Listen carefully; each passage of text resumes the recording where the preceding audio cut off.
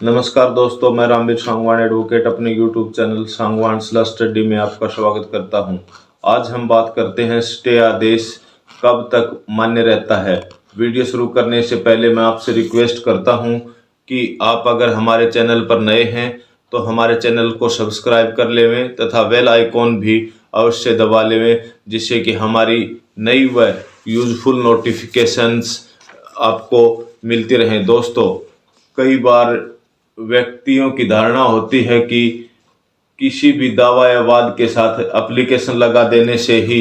Court stay आदेश जारी कर देता है। ऐसा कतई नहीं है। स्टे आदेश प्राप्त करने के लिए पक्षकारों को कोर्ट के सामने बताना पड़ता है कि मामला प्रथम दृष्टया पक्षकार के हक में है, और अगर स्टे आदेश तुरंत जारी ना किया गया तो सुविधा में दखलंदाजी हो जाएगी, पक्षकार को असहनीय क्षति हो जाएगी, जिसकी बाद में किसी भी प्रकार से क्षतिपूर्ति ना हो सकेगी। इन तीनों बिंदुओं पर संतुष्ट होने के उपरांत ही कोर्ट आदेश जारी करता है, अन्यथा कोर्ट स्टे आदेश जारी नहीं करता। स्टे के लिए आदेश परिस्थितियों के अनुसार अलग अलग होता है। किसी मामले में स्टे के लिए सुनवाई करके तुरंत जारी कर दिया जाता है, और कई बार सुनवाई नहीं होने की सूरत में एक बार अंतरिम स्टे आदेश जारी कर दिया जाता है, फिर सुनवाई होने पर स्टे आदेश जारी किया जाता है। कई बार विरोधी पक्षकार के खिलाफ स्टे आदेश जारी किया जाता है, तो कई बार दोनों पक्षकारों को रोक दिया जाता है कि वादग्रस्त संपत्ति पर दोनों पक्षकार यथास्थिति बनाए रखें और उसकी नेचर में कोई परिवर्तन ना करें। दोस्तों, कई बार विरोधी पक्षकार जवाब पेश करने के करता है और कोर्ट से जवाब फाइल करने का समय चाहता है, या फिर कोर्ट के पास वाद की सुनवाई करने का समय नहीं होता तो वाद पर सरसरी तौर पर सुनवाई कर लेता है, और इससे स्टे दे दिया जाना चाहिए कि नहीं। अगर वाद में प्राइमा फेसाई मुकदमा साबित होता है तो उसमें अंतरिम स्टे आदेश जारी कर दिया जाता है। फिर जब भी मुकदमा की सुनवाई होती है उस समय फाइनल आदेश जारी किया जाता है। जब भी कोर्ट के द्वारा अंतरिम आदेश पारित किया जाता है तो कोर्ट की आदेशिका में ये लिखा जाता है कि अमुक तिथि तक पक्षकार यथास्थिति बनाए रखें, और इस लाइन का लोग ये मतलब निकाल लेते हैं कि उस तारीख के बाद में ये आदेश अपने आप खत्म हो जाएगा या फिर स्टे नहीं रह जाएगी। लेकिन हाई कोर्ट और सर्वोच्च न्यायालय द्वारा समय समय पर ये निर्धारित किया गया है कि जब तक न्यायालय द्वारा अपने आदेश में स्टे आदेश का खंडन नहीं कर दिया जाता तब तक एक बार जारी किया गया स्टे आदेश मान्य रहता है। यानी आदेश में ये लिखा गया है कि अमुक तिथि तक पक्षकार यथास्थिति बनाए रखें, और साथ ही में ये नहीं लिखा गया कि इस तिथि के बाद आदेश अपने आप निरस्त हो जाएगा, यानी कैंसिल हो जाएगा। वो आदेश तब तक मान्य रहता है जब तक कोर्ट द्वारा वो आदेश स्पेसिफिकली खंडित नहीं कर दिया जाता। और अगर आदेश स्पेसिफिकली ये लिखा जाता है कि अमुक तिथि तक आदेश मान्य रहेगा और अमुक तिथि तक पक्षकार का कोई विशिष्ट कार्य करते हैं तो आदेश अपने आप निरस्त हो जाएगा,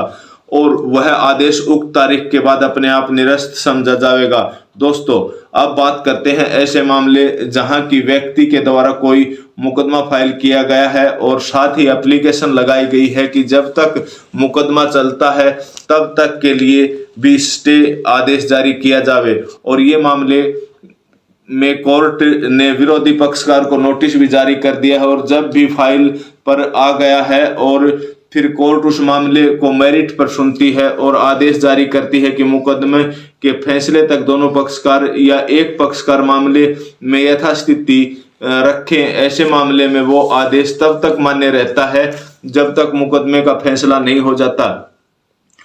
और जैसे ही उस मुकदमा में सुनवाई गवाही आदि होकर पूर्ण हो जाती है तो वह फैसला प्रभावी हो जाता है, और वो स्टे आदेश जो दावा चलने तक किया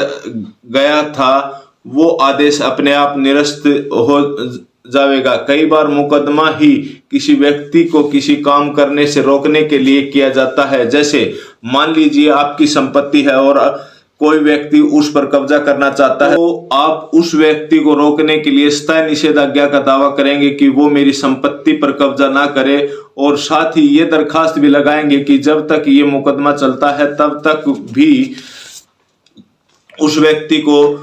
भी रोका जावे कि वो मेरी मलकियत के अधिकारों में बाधा उत्पन्न ना करे, तो कोर्ट द्वारा अस्थायी निषेधाज्ञा आदेश पारित किया जाता है। यानी पहले तो कोर्ट द्वारा जब तक मुकदमा चलता है तब तक के लिए स्टे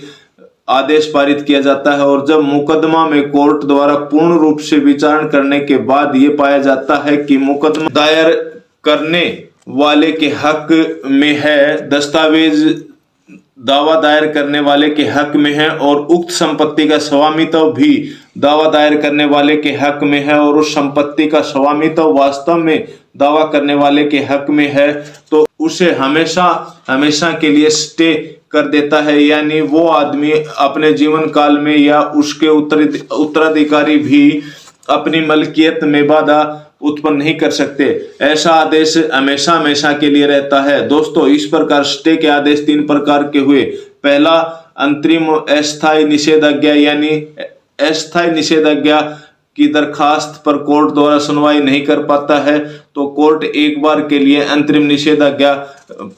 का आदेश पारित कर देता है। ऐसा आदेश किसी निश्चित तारीख या अस्थायी आदेश की दरखास्त की सुनवाई तक मान्य रहता है। दूसरा, अस्थायी निषेधाज्ञा, ये आदेश तब तक के लिए मान्य रहता है जब तक दावा का फैसला न हो जाता है, और जैसे ही दावा का फैसला हो जाता है दावा का फैसला लागू हो जाता है। और तीसरा होता है चिरस्थायी निषेधाज्ञा।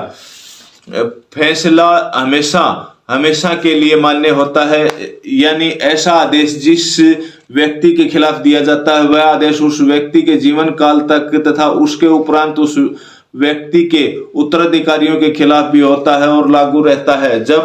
अब हम बात करते हैं कि स्टे आदेश के दौरान हम क्या क्या कार्य कर सकते हैं। इस मामले में परिस्थितियों के हिसाब से कोर्ट अलग अलग आदेश जारी करता है और उस आदेश के दौरान क्या किया जा सकता है और क्या नहीं, इसके लिए हमें आदेश को बहुत ही बारीकी से पढ़कर विचारण करना होता है और निर्णय